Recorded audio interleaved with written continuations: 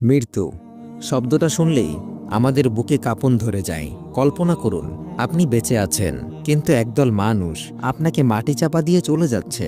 এই অবস্থায় নিশ্চিত মৃত্যুর হাত থেকে কি ফিরে আসা যায়? এটা কি আদৌ সম্ভব?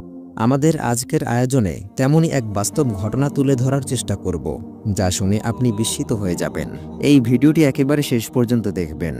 ইসলামের দ্বিতীয় খলিফা হজরত ওমর রাদিয়াল্লাহু তাআলা আনহুর সময়কালের একটি ঘটনা। একদিন ওমর রাদিয়াল্লাহু তাআলা আনহু তার প্রজাদের অবস্থা দেখার জন্য বেরিয়েছিলেন। এমন সময় তিনি দেখতে পেলেন একটি লোক তার ছেলেকে কাঁধে করে নিয়ে কোথাও যাচ্ছে। এই দৃশ্য দেখে হজরত ওমর রাদিয়াল্লাহু তাআলা আনহু বললেন, বাবা আর ছেলের মাঝে এতটা মিল আমি অন্য কোথাও দেখিনি। হজরত ওমর রাদিয়াল্লাহু তাআলা আনহুর কথা শুনে লোকটি তখন বলল, জেনে রাখুন, আল্লাহর সম্পদ, তার মা মৃত অবস্থায় তাকে প্রসব করেছে। লোকটির কথা শুনে হজরত ওমর রাদিয়াল্লাহু তাআলা আনহু যেন আকাশ থেকে পড়লেন।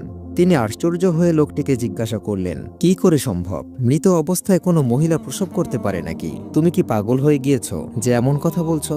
হজরত ওমর রাদিয়াল্লাহু তাআলা আনহুর কথা শুনে লোকটি বলল, তাহলে শুনুন ঘটনাটি কি ঘটেছিল। এই বলে লোকটি তার বিস্তারিত ঘটনা সম্পর্কে খুলে বলল। সে বলল, আমি অমুক সময়ে সফরে বের হয়েছিলাম। তখন আমার স্ত্রী গর্ভবতী ছিল। যাওয়ার সময় আমি তাকে বলেছি, তোমার পেটে যে সন্তান আছে তা আমি আল্লাহর কাছে গচ্ছিত রাখলাম। এই বলে আমি সফরে চলে গেলাম। বেশ কয়েক মাস পর অতিবাহিত হওয়ার পর আমি সফর থেকে ফিরে এলাম। বাড়ি এসে আত্মীয় স্বজনদের কাছ থেকে জানতে পারলাম যে আমার স্ত্রী মারা গিয়েছে এবং তার জানাজা পড়িয়ে দাফন করা হয়েছে। তখন সেই লোকটি আল্লাহর কাছে আরজ করল, হে আল্লাহ, আমি আমার আমানত আপনার কাছে গচ্ছিত রেখেছিলাম, কিন্তু আমি তা আর ফিরে পেলাম না। এরপর লোকটি হজরত ওমর রাদিয়াল্লাহু তাআলা আনহুকে বলল, এরই মধ্যে আমি একদিন আমার চাচাতো ভাইদের সাথে জান্নাতুল বাকিতে বসেছিলাম। হঠাৎ করে আমি দেখতে পেলাম বাতির মতো একটি আলো কবরে জ্বলছে। আমি আমার চাচাতো ভাইদেরকে বললাম, এটা কি? ফলে গভীর কৌতূহলী হয়ে আমি একটি কোদাল নিয়ে কবরের দিকে গেলাম। কবরের কাছে যাওয়ার পর দেখি কবরটি ফেটে যাচ্ছে এবং কবরের ভিতরে এক মহিলার কোলে একটি শিশু বসে আছে। তখন আমি শিশুটির কাছে যেতে লাগলাম। তখনই অদৃশ্য থেকে এক আহ্বানকারী বলল, ওহে আমানত রাখনেওয়ালা, তুমি তোমার আমানত গ্রহণ করো।